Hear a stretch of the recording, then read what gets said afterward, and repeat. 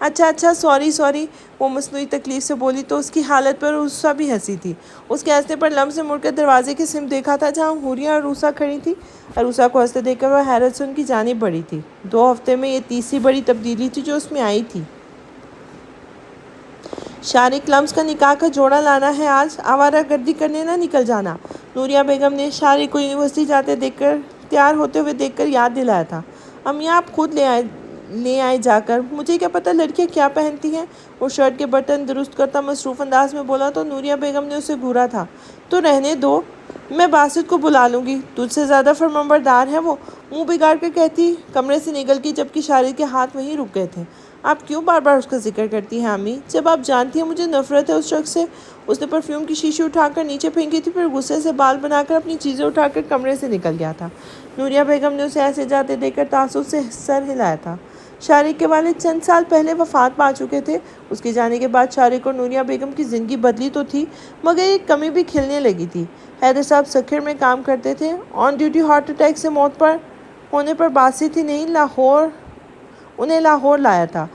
سرکاری نوکری تھی تو پینشن کا مسئلہ بھی باسط نے سلجھایا تھا۔ شارق باپ کی موت کے غم میں اس لیے نہیں جان پایا تھا کہ باسط اس کے گھر اتنے چکر کیوں لگاتا تھا، مگر بچپن سے حسد کا شکار ہونے کی وجہ سے اس نے باسط سے نفرت کی جنگ شروع کر دی تھی۔ وہ اپنا آخری لیکچر لے کر کمرے سے نکلا تو اسے مناہل نظر آئی تھی۔ اتنے دنوں سے اس کی نظریں بیاں کو ڈھونڈ رہی تھی جو اس دن کے بعد سے اسے دکھائی دی تھی۔ آج مناہل کو دیکھ کر اس کی جانب قدم بڑھا گیا تھا۔ مجھے آپ سے اس سے پہلے کہ مزید کچھ بولتا، مناہل نے اپنا فون اس کے سامنے کیا تھا جس میں لمس کی فوٹو تھی۔ یہ اس یونیورسٹی میں نہیں پڑھتی، اپنی بہن کے ایڈمیشن کے لیے آئی تھی۔ مناہل نے اسے بتایا تو شارق نے انگوٹھے سے اپنا ماتھا مسلا تھا۔ اگلے مہینے آئے گی وہ یہاں۔ شارق کو مڑتے دیکھ کر وہ جلدی سے بولی تو شارق کے چہرے پہ سکون آیا تھا۔ اگلے مہینے تک تو سب پہلے جیسا ہو جائے گا، میں اپنی بیا کو اپنا لوں گا، وہ دل ہی دل میں کہتا مسکراتا ہوا وہاں سے چلا گیا تھا۔ چند قدم کے فاصلے پر کھڑی ابیہ نے اس کی ساری باتیں سنی تھی۔ وہ مناہل کے پاس آئی تھی اور اشارے سے اسے پوچھا تو مناہل ہنسی تھی۔ یہ تمہارے ہونے والے دلہا بھائی ہیں نا؟ مجھے لگتا ہے یہ مجھے بے وقوف بنا رہے ہیں، بار بار مجھ سے لمس کو پوچھتے ہیں اور رشتہ بھی بھیج دیا ہے، مناہل نے ہنستے ہوئے کہا تھا جبکہ ابیہ سنجیدہ تھی۔ اچھا منہ تو سیدھا کر لو، 2 دن بعد تم بھی جا رہی ہو، میں بور ہو جاؤں گی اکیلے، مناہل بال بدلتے ہوئے بولی تو ابیہ بھی مسکرا دی تھی۔ وہ مناہل کی باتیں سن کر مسکرا رہی تھی جبکہ ذہن شارق میں اٹکا ہوا تھا۔ کمرے میں اندھیرا کیے مراد اس وقت چھت کو گھور رہا تھا۔ وہ سکون سے سو نہیں پا رہا تھا۔ عروسا کے بارے میں سوچ کر وہ خود کو بیمار کر چکا تھا۔ اس نے تکیہ اٹھا کر نیچے پھینکا تھا۔ وہ میری دوست ہے، صرف میری، وہ جنونیت سے بولا تھا، پھر اٹھ کر بیٹھ کر اپنا سر تھام گیا تھا۔ ذہن میں وہی منظر ابھرنے لگا تھا جب اس نے عروسا کو کسی اور کے ساتھ دیکھا تھا۔ وہ ماریں گے سب کو، کیوں یقین نہیں کر رہا میرا؟ عروسا کا رونا، اس کا چلا کر اپنی بات کا یقین دلانے کی کوشش کرنا، وہ دروازے کے باہر سے سن چکا تھا۔ دروازہ کھلا دیکھ کر وہ اندر داخل ہوا تو عروسا کے سامنے گھٹنوں کے بل کسی کو بیٹھے دیکھا تھا۔ ہم سب یقین کرتے ہیں تم پر عروسا، کام ڈاؤن۔ وہ جو کوئی بھی تھا اس کے چہرے پر عروسا کے لیے فکر دیکھ کر مراد کے قدم رکے تھے۔ نہیں کرتا کوئی یقین، میں نے کہا تھا اسے بچا لیں مگر کوئی نہیں مانا اور وہ مر گئی۔ عروسا نے ہادی کو دھکا دے کر پیچھے کیا تھا مگر وہ اپنی جگہ سے 1 انچ بھی نہیں ہلا تھا۔ میں یقین کرتا ہوں تمہارا۔ ہادی کے الفاظ پر عروسا کی آنکھوں کے تاثرات بدلے تھے جو مراد نے بخوبی محسوس کیے تھے۔ وہ اسے بھی مار دیں گے، اسے بچا لے، عروسا نے اس کا ہاتھ پکڑ کے التجائی لہجے میں کہا تھا۔ کچھ نہیں ہوگا اسے، ہادی نے یقین دلایا تھا۔ اس کے ہاتھ پر سر ٹکا کر وہ رو دی تھی۔ مراد الٹے قدم لیتا وہاں سے نکل آیا تھا، آنکھوں میں آنسو تھے، بے دردی سے صاف کرتا وہ آگے بڑھ گیا تھا۔ مراد، ماں کی آواز پر وہ ماضی سے باہر نکل آیا تھا، آنکھوں میں آئی نمی کو پیچھے دھکیل کر وہ اٹھ کر واش روم کی سمت بڑھ گیا تھا۔ سمد، مجھے میری پوتی حویلی میں چاہیے، تم سمجھ رہے ہو میری بات؟ وہ خود اس کے اپارٹمنٹ آئے تھے۔ آپ نے اس کے ماں باپ کا ایکسیڈنٹ کروایا تھا بڑے پاپا؟ وہ جو سر جھکا اس کے سامنے بیٹھا تھا یکدم سر اٹھا کر بولا تو تراب علی کے چہرے کے زاویے بگڑے تھے۔ تم جانتے ہو سمد، ہم ایسے کام نہیں کرتے، اگر انہیں مارنا ہوتا تو بہت پہلے ہی مار چکے ہوتے۔ جب وہ میرے بیٹے کو مار کر بھاگے تھے وہاں سے، وہ کرختگی سے بولے تھے، بنین پہلے ہی آپ کے خلاف تھی بڑے پاپا، اس کے بعد اب اس سب کے بعد وہ کبھی آپ پر یقین نہیں کرے گی۔ آپ کو یہ سب نہیں کرنا چاہیے تھا۔ سمت افسوس سے بولا تو تراب علی کو کچھ غلط ہونے کا خدشہ لاحق ہوا تھا۔ سمت، تم اپنے بڑے پاپا پر شک کر رہے ہو؟ وہ مصنوعی دکھ اپنے لہجے میں لاتے ہوئے بولے تو سمت نے ایک ریکارڈنگ چلائی تھی۔ کوئی کوتاہی نہیں ہونی چاہیے، وہ دونوں زندہ نہ بچے۔ اپنی آواز سن کر تراب علی نے پہلو بدلا تھا۔ ہاں، کہا تھا میں نے، کیونکہ وہ میری پوتی کو مجھ سے دور لے جا رہے تھے۔ وہ ڈٹائی سے بولے تو سمت ان کے پاس آیا تھا۔ میں نے کہا تھا نا آپ سے بڑے پاپا، اسے لے آؤں گا حویلی۔ آپ کو یہ نہیں کرنا چاہیے تھا۔ اس کا بھائی کوما میں چلا گیا ہے بڑے پاپا، وہ ضبط کرتے ہوئے بولا تھا۔ ملک تراب علی کو کوئی فرق نہیں پڑا تھا، مگر اسے دکھانے کی خاطر وہ چہرے پر پریشانی کے تاثرات لے کے آئے تھے۔ میں سب سنبھال لوں گا، مگر آپ اب کچھ نہیں کریں گے، وہ سنجیدگی سے کہہ کر اپنی جگہ پر جا کر بیٹھ گیا تھا۔ ملک تراب کے چہرے پر مسکراہٹ آ گئی تھی۔ ہاسپٹل کا پرائیویٹ روم، جہاں اس وقت سکوت چھایا ہوا تھا، مختلف مشینوں کو گونجتی آوازیں سکوت میں دل دہلا دینے کا سبب بن رہی تھی۔ دھیرے سے دروازہ کھول کر وہ اندر داخل ہوئی تھی۔ تمہارا دماغ ہمیشہ خراب رہتا ہے شان۔ میرا خراب تو رہتا ہے، تمہارا تو نہیں ہے نا؟ بیڈ کے قریب ہی وہ دونوں کھڑے لڑ رہے تھے۔ بنین آگے بڑھتی لگی تھی تو ان دونوں کا وجود ہوا میں تحلیل ہو گیا تھا۔ صرف چند سال کے لیے جا رہا ہوں، تب تک کر لو جتنی عیش کرنی ہے۔ آ کر تمہیں سب سے پہلے اس گھر سے رخصت کروں گا۔ انگلی اس کی جانب کی وہ اسے وارننگ دے رہا تھا، جب بنین نے آگے بڑھ کے اس کی انگلی کو دانتوں میں چبا ڈالا تھا۔ وہ چلا کر پیچھے ہوا تھا جب وہ ہنستی ہوئی آگے بڑھ رہی تھی۔ اس کے ارد گرد بھاگتے وہ دونوں اس کی آنکھوں میں آنسو لے آئے تھے۔ اس نے شان کی جانب دیکھا تھا۔ بنین، تم یہاں نہیں آؤ گی، سمجھی؟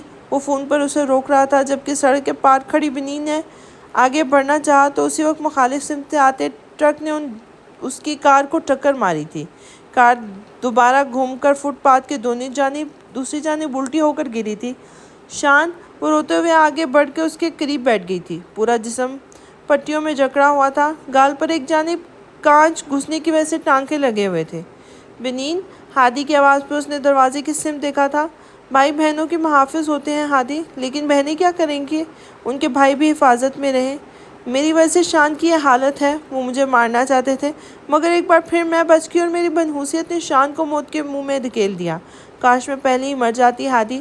میری وجہ سے آج ماما اپنی دوسری اولاد بھی کھونے جا رہی ہیں۔ وہ مسلسل روتے ہوئے بول رہی تھی۔